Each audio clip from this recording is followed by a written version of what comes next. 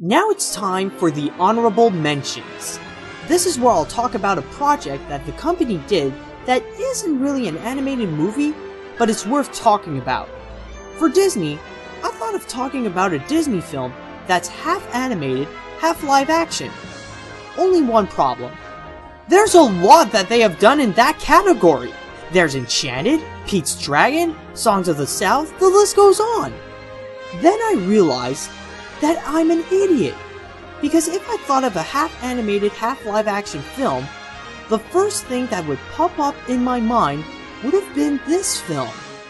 Mary Poppins. It's the story of an English nanny named Mary Poppins who arrive at the Banks family to take care of Jane and Michael. Because that their parents are too busy, the kids are unhappy. So Mary and her chimney sweeper friend Bert teach them how to have fun and how to make the Banks household a happier place. During the entire production, one person actually had the balls to become enemies with Walt Disney. P.L. Travers, the author of the book the movie was based on. It had been a while that Walt wanted to do a film of Mary Poppins since 1938, but Travers thought that making a movie based on her book wouldn't do justice. He finally got the rights in 1961, but Travers wanted and got the script's approval rights. To plan the film and compose the songs, it took about 2 years. One reason was that she would usually come and object about almost everything. Instead of original songs, she wanted known songs from the early 1900s. And she objected of the animated sequence. Did Walt respect her orders? Hell no. On the contract that Travers signed, it said on the fine print that Walt would have the final say.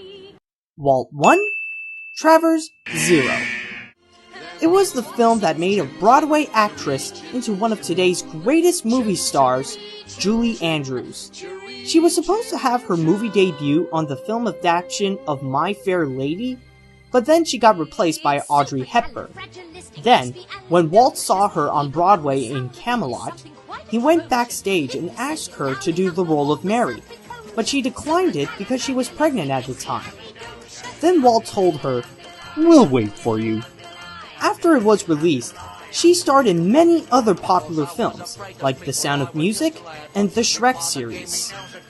Also, Dick Van Dyke, who played Bert, would always remember and keep in mind that this is what he said: to do the worst attempt of a British accent ever by an American actor. To do the special effects is cited as the most challenging thing that Disney had ever done. They had to do everything: the two-strip sodium process, piano wires, and even bungee cords. It took years to make these effects look good. Choreographers Max Bro and Dee Wood, and musical arranger Irwin Costal had to be brought in. The staff members went to do all the other stuff. The songs in this movie are the most well-known ones that the Sherman Brothers ever wrote. Actually, they've written over 30 songs for the film, and some were either rejected or cut for time. When it was released on August 27, 1964, it was the highest grossing film out of that year with $28 million. On the Academy Awards, it got an amazing 13 nominations. One of them was Best Picture, and 5 wins, including Best Actress for Julie Andrews, Best Song for Chim Chim Cheree, and Best Score. Later on, it made an animated short for the 40th anniversary DVD called The Cat That Looked at a King. Today, this film will always be remembered as one of the crowning achievements of Walt Disney's career. Now I'm going to do something that might be very rare or might never happen again in animation lookback. Have a second honorable mention, which is, in this case, Who Framed Roger Rabbit? It's about the case of one of Toontown's biggest stars in 1947, Roger Rabbit, said that he got framed for the murder of Marvin Acme. So, the live-action detective, Eddie Valiant, who isn't comfortable with Toons ever since his brother's accident, decided to work on the case to clear Roger's name. When director Robert Zemeckis wanted to direct it, Disney turned him down because he was making some films that bombed at the time. Then, after he released Romancing the Stone and Back to the Future, he finally got hired. The film can be noted as possibly the biggest crossover ever with the characters of Disney, Looney Tunes, and many other animation studios of the 50s together in one film. This is probably the only time that we might see Mickey Mouse and Bugs Bunny appearing at the same time. I repeat, Mickey Mouse and Bugs Bunny together at the same time. Actually, since this film was made by Disney, Warner Brothers agreed to add their most famous characters in the movie, but only if they have the same amount of screen time as Disney's characters. Even though there's a lot of known characters of the 50s, there are some that couldn't appear because of licensing, like Tom and Jerry, Little Lulu, the cast of Popeye, and Casper. The filming was supposed to be in LA, but then they moved to England because the animation director, Richard Williams, refused to work in LA. There were a lot of people who were considered to do many different roles for the film, like Jack Nicholson, Harrison Ford, Robert Redford, and more were considered for Valiant.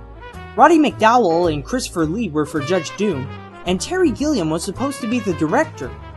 They have used 2 different programs to make the live-action animation mix to work. There's the VistaVision camera to accommodate the split-screen photography of animation and live-action, and there's George Lucas's Industrial Lights and Magic for the blue screen effects in the Toontown scene. This was the last time that we would hear the man with 1,000 voices, Mel Blanc, voice the Looney Tunes characters he's known for, and Mae Questel returned to do the voice of Betty Boop ever since 1939. On its release in 1988, it was a major success. Almost everybody praised it, and it was the second highest grossing film of 1988 behind Rain Man. It won 4 Academy Awards, including a special one for Richard Williams for animation direction and creation of the cartoon characters. It had some theatrical shorts released in later Disney films, and a land called Mickey's Toontown that was made in several Disney theme parks. There was a controversy about some nudity with Jessica Rabbit, but I think that one Disney executive says it best: people need to get a life than to notice stuff like that. Some people who worked on the film are thinking of making a prequel of the film called Who Discovered Roger Rabbit? In conclusion, Disney had to go high and low to be the oldest and one of the greatest animation companies in history. Literally, everybody has at least one film that was made by them that they consider as one of their most favorite films of all times.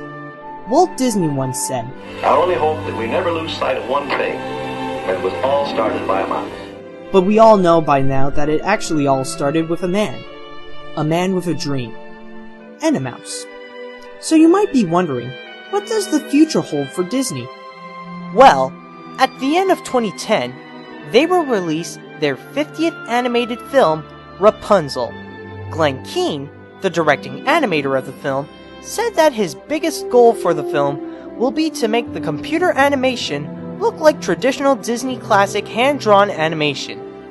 Well, I don't know how the heck you're gonna do this, Glenn, but good luck with that. Then, the year after that, there will be a hand-drawn animated film of Winnie the Pooh. The 3 people, as of today, announced as the cast are Jim Cummings as Pooh and Tigger, Tom Kenny as Rabbit, and Craig Ferguson as Owl.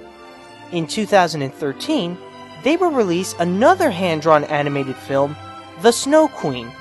The songs in this film will be done by Alan Menken and Glenn Slater. Oh, by the way, they're also doing the songs for Rapunzel. And finally, in the same year, they will release King of the Elves, which will be directed by the same guys who also did Brother Bear. So, to finish it off, I'm gonna tell you the top 10 Disney films. For my top 10s, not only that I will count on what I think is the best, but also on other top 10s from professional movie websites like Rotten Tomatoes and IMDb, on what critics say, and on its impact to the studio. Now listen carefully. I'm gonna do it pretty fast. Here we go. Number 10, Cinderella. Number 9, Dumbo. Number 8, Bambi. Number 7, 101 Dalmatians. Number 6, Aladdin. Number 5, Beauty and the Beast. Number 4, Pinocchio. Number 3, The Lion King. Number 2, Fantasia. And number 1, Snow White and the Seven Dwarfs. Well, I hope that you enjoyed this very special animation look back. Join me next time when I'm going to be talking about the kid fishing on the moon. See you later, dudes.